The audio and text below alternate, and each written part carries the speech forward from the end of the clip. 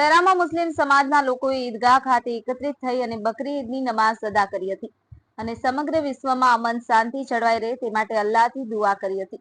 દર વર્ષની જેમ આ વર્ષે પણ પંચમહાલ જિલ્લાના શહેરામાં મુસ્લિમ સમાજના લોકોએ હર્ષોલ્લાસ સાથે ઈદ ઉલ અઝહા એટલે કે બકરી ઈદનો તહેવાર ઉજવ્યો હતો, જેમાં શહેરા નગરના નાના બાળકોથી લઈ અને મોટી વયના મુસ્લિમ ભાઈ તેમજ વડીલોએ કાંકરી રોડ પર આવેલ ઈદગાહ ખાતે એકત્રિત થઈ ઈદની ખાસ નમાઝ અદા કરી હતી।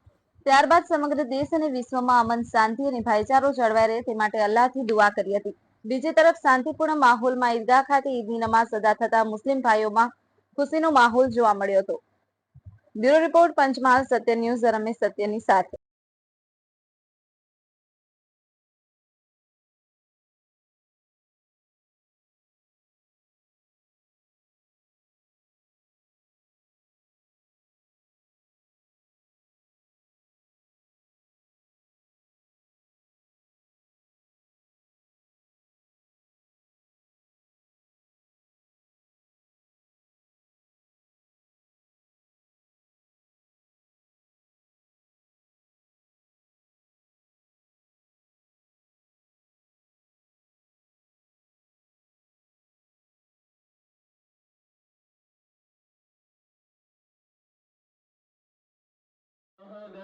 والذي أخرج المرعى وجعله غثاء أحوى سنقرئك فلا تنسى।